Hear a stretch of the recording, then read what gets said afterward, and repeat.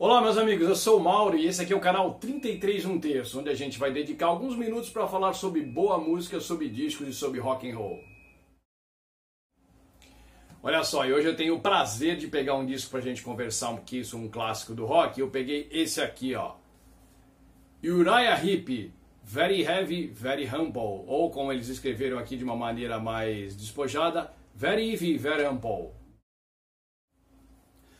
Banda londrina formada no final dos anos 60 por Ken Hensley, tecladista, guitarrista, vocalista e grande mentor da banda, David Byron no vocal, Mick Box nas guitarras, Paul Newton no baixo e Ollie Olson na bateria.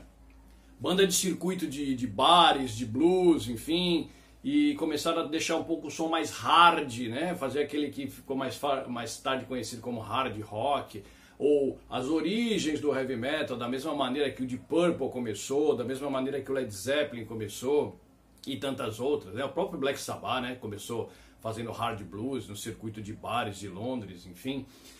O Uriah Heep, ou Uriah Heep, como a gente conhecia aqui no Brasil, é uma grande banda, mas teve um começo tumultuado. Esse disco que eles lançaram no começo de 1970 foi massacrado pela crítica.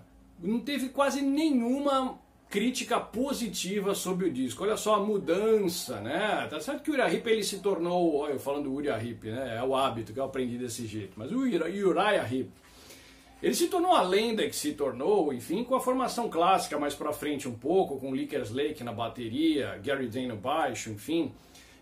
Isso em meados de 73, 74, 72 já, enfim. Mas teve um começo muito tumultuado e os discos do começo de carreira são renegados muitas vezes e não dada a devida importância que eles têm. Então quando esse disco aqui lançou, a Rolling Stone fez uma crítica dizendo assim: se essa banda vingar, eu me mato. Teve outras revistas que falaram assim: não, repetitivo, cansativo, pesado demais, chato, enfim, não teve uma crítica positiva. Mas eles foram firmes e continuaram aí nessa sua busca pelo estrelato e acreditando no que eles tinham realmente a acrescentar. E realmente tinham muito a acrescentar, a gente sabe até hoje aí, tá nativa até hoje a banda, né? Embora dessa formação aqui, somente o Mick Box é que que segurou a banda, né? O guitarrista segura a banda até hoje, enfim. Mas esse disco aqui teve um começo tumultuado, mas é um grande disco. Se a gente pegar para falar aqui das músicas, do momento que ele foi lançado, né, aquela virada lá dos anos 60 para os 70, o som estava mudando, estava todo mundo com ideias diferentes, o protesto se intensificou um pouco mais, eles também falam sobre isso nesse disco aqui. Se a gente pegar as músicas para falar um pouquinho aqui, o disco abre com que virou um clássico da banda, Gypsy, né? Gypsy ficou música de abertura dos shows da banda, até os últimos shows, aí, shows recentes, enfim, eles abrem com Gypsy ou tocam Gypsy em qualquer momento do show, porque se tornou realmente um clássico. Um riff muito bacana mesmo, criado pelo Ken Hensley, grande membro, grande cérebro da banda, na minha opinião, o mentor da banda, o gênio da banda é o Ken Hensley. Então um riff de teclado matador, a bateria bem batida aqui também, baixão marcado, e a guitarra um slide muito bacana do Mick Box. E o David Byron na sua característica vocal forte, sua característica muito bem afinada, com vocal ímpar. E um detalhe legal do Uriah Heep são os backing vocals. Tanto o Mick Box quanto o Ken Hensley faziam backing vocals muito harmônicos, muito bem casados, se tornou uma característica da banda e muita banda aí se baseou depois nesses backing vocals e trabalhou nessa parte vocal em bandas de hard rock, né? Às vezes eu vejo características que me lembram, o 14 Bis às vezes me lembra um pouco alguma coisa do Uriah Heep, realmente eles devem ter tomado alguma coisa nessa água aqui. O disco segue aqui, ó, com Walking in Your Shadow. Vale lembrar aqui que tem algumas faixas aqui, como Walking in Your Shadow, e a que fecha o disco, que é Lucy Blues, que são blues muito legais. Como eu disse aqui, eles eram uma banda de circuito de bares de blues no começo, e eles trouxeram isso para o disco de maneira espetacular, muito legal, muito bem tocada. E o detalhe aqui, o grande momento do lado 1 do disco, na minha opinião, que é que o lado 1 é inteiro legal, não tem nem o que falar. O disco é um clássico, né? Hoje se tornou um clássico. Come Away Melinda, uma balada muito bonita, que fala sobre uma conversa de uma filha pequenininha com o pai, que está vendo fotos, enfim, e vê uma foto de uma moça que se parece com ela, e ela não sabia quem era, enfim, foi criada pelo pai. E ele explica para ela, não, essa é uma foto que era da sua mãe antes da guerra acontecer, enfim. A mãe deve ter acabado morrendo na guerra por algum motivo, né? A guerra é contestada aqui também na última faixa também do disco.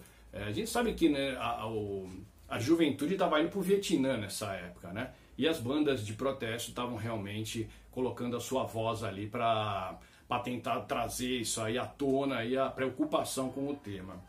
Lado 2 abre com Dream Air, também uma música dessas que tem esses vocais muito bem trabalhados do Uriah Heep.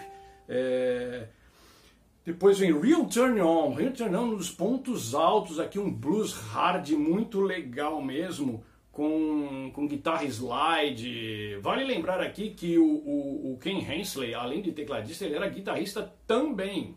E os slides ele mandava muito legal. Então ele era compositor, era vocal, era teclado, era guitarra, o cara era arranjador, o cara era um gênio realmente. Eu gosto muito do Ken Hensley, a carreira solo dele também é bem bacana. Depois sai com Keep on Trying, um outro blues muito legal, e fecha aqui com Wake Up, Set Your Sights, né? Para você se ligar aí nos seus valores, enfim, acorde, se ajuste e vá buscar aí o que você merece, né? E aí fala assim, por que tanta guerra, por que tanta matança, enfim. Então é um tema recorrente aqui. A capa, né, como dá pra ver aqui, é uma capa fantasmagórica, né? Como se fosse um cara morto aqui com umas teias de aranha em cima aqui, né? A parte é uma capa dupla, né? Que se abre aqui, então a gente tem aqui as mãos aqui, né? Também cheio de teia de aranha, parece que o cara tava num caixão, sei lá o que, mas realmente para impactar, né? Uma capa para causar impacto. Bandas de hard rock sempre tiveram essa característica, né? De querer impactuar de alguma maneira. Tem uma capa interna muito bonita aqui também, uma foto de palco aqui da banda, olha aqui que legal. E com informações aqui bem completinho sobre a banda, informações das músicas. E em cada uma delas, olha, o Ken Hensley conta uma historiazinha aqui do que a música quer dizer e tal, como é que ela foi gravada. O cara realmente vivia, o cara respirava o rock and roll. Ken Hensley era daqueles caras que tinham características, DNA mesmo da banda. Cara genial. Foi lançado pela Bronze Records em 1970, junho de 1970, e teve alguns selos diferentes, né? Inicialmente saiu pelo selo Vertigo, depois mais pra frente ele lançou pela Bronze. A minha edição é essa da Bronze, ó. É uma edição legal aqui, uma prensagem nacional, mas bem caprichada. Teve selo da Island também nos Estados Unidos, mas enfim, é uma prensagem bacana, apesar de ser um disco nacional, muito bem gravada. Existem momentos aí de prensagem boa assim no Brasil. Claro que a gente não pode comparar com prensagens americanas, inglesas, japonesas menos ainda, mas enfim, é uma prensagem boa. Esse disco aqui teve outra capa. Nos Estados Unidos ele foi lançado com a capa com um tipo de uma centopeia, um negócio muito louco, assim, um monstro meio psicodélico, assim, né? E só com o nome Uriah Heep não levou o nome Very Heavy, Very Humble. Tá? Essa formação da banda durou somente esse disco. Tá? No disco sequente e no posterior ainda, que foi o Salisbury e o Look at Yourself, o baixista Paul Newton ainda continua na banda. Aliás, o Paul Newton é um grande compositor, ele compõe algumas faixas desse disco aqui e dos discos subsequentes também, tá? Então ele é realmente um cara que que era ativo na banda, mas depois acabou saindo, sendo substituído. Mas um detalhe interessante, até hoje eles têm uns tributos do Uriah Heep que a banda toca, tem o Uriah Heep Festival, e ele faz participações, isso é muito legal. E o Ken Hensley, que saiu da banda em meados, aí no começo dos anos 80, o Ken Hensley saiu da banda, ele também participava muitas vezes desses encontros do Uriah Heep e tocava com eles de boa. Isso era muito legal nessa banda, que não teve aquela birra, aquele ranço, aquela coisa que alguns membros de banda têm de uma maneira até infantil, de não querer mais falar com os amigos, enfim, não querer mais fazer parte ali do grupo. Eles saíram em carreira solo, saíram da banda, mas continuaram unidos, enfim, conversando, participando. Isso aqui é muito legal. Um detalhe interessante aqui é o baterista Ollie Olson, que tocou só nesse disco, um grande baterista, principalmente ele levando os blues aí que você vai escutar depois. Eu vou deixar o link desse disco para você escutar depois aqui nos comentários, tá?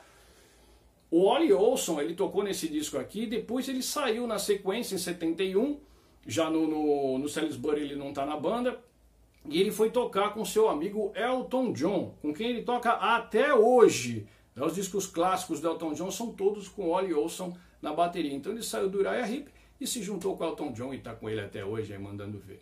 Mas é um grande disco esse aqui, um disco de hard rock, um disco de blues rock, com uma pegada bem de anos 60 para 70. A última música, ela é até um pouco psicodélica, é legal, ela destoa um pouquinho do resto do disco. Talvez ela tenha sido composta um pouco antes, mas é muito bacana, bem psicodélica, essa que fala sobre protestos, enfim.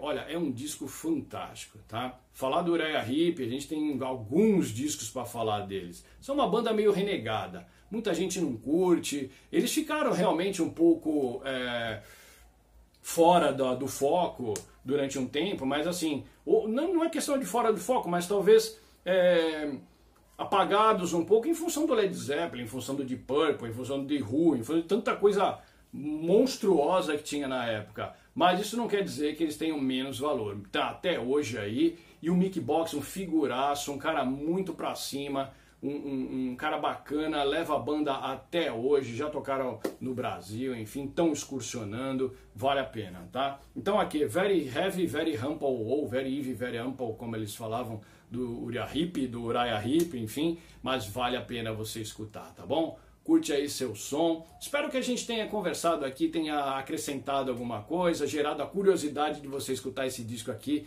que é muito bacana. Volto logo aí em breve pra gente falar de mais um clássico do rock and roll. Valeu, um abraço!